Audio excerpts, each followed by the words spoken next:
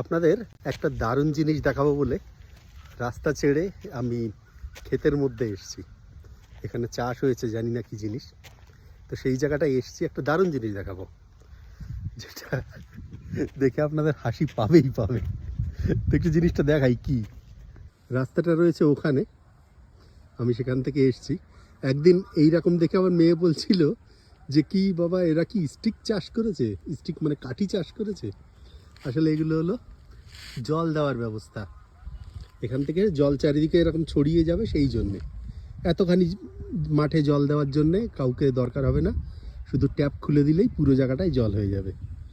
ওখানটায় ট্যাপ রাখা আছে, আর এখানটায় চাষ হয়েছে। জানি না এগুলো কী জিনিস।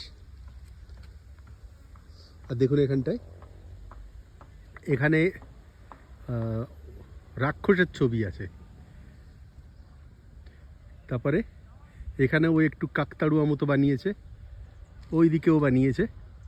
আর যেটা আমি দেখাবো, এটা আমি কর্ণাটকের অনেক জায়গায় দেখেছি। এই মহিলার ছবিটাকে এরা এইভাবে টাঙায়, কি অদ্ভুত।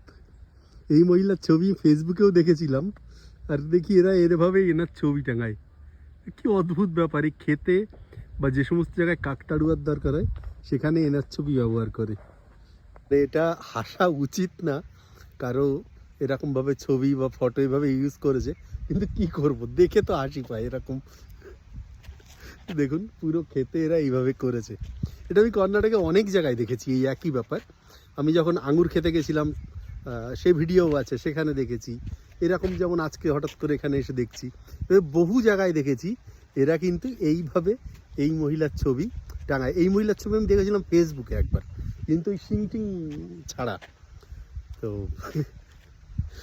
বেশ হাসির ব্যাপার, কিন্তু আবার খারাপ। ওই মহিলা যে যার ছবি, তার সে যদি জানে এরকমভাবে তার ছবি ব্যবহার হচ্ছে, সেটা তো তার ভালো লাগবে না।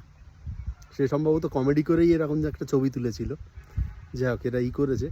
হাসি পেলেও খারাপ দিকটাও একটু ভাবছি বা ভাবতে হয় যে কারো ছবি এভাবে ইউজ করা উচিত না। এটা অন্যান্য দেশে হলে, ইউরোপ আমেরিকাতে হলে এর জন্যে পুলিশ কেস হতে পারত এবং তার জন্য ভালো রকমের পানিশমেন্ট হতে পারতো, কিন্তু আমাদের দেশে তো সমস্ত নেই, ফলে মানুষ এরকম ইউজ করে। তো ব্যাপারটা কেমন দেখলেন? এটা হাস্যকর নাকি রাগা হওয়ার জিনিস, সেটা একটু ভেবে বলবেন।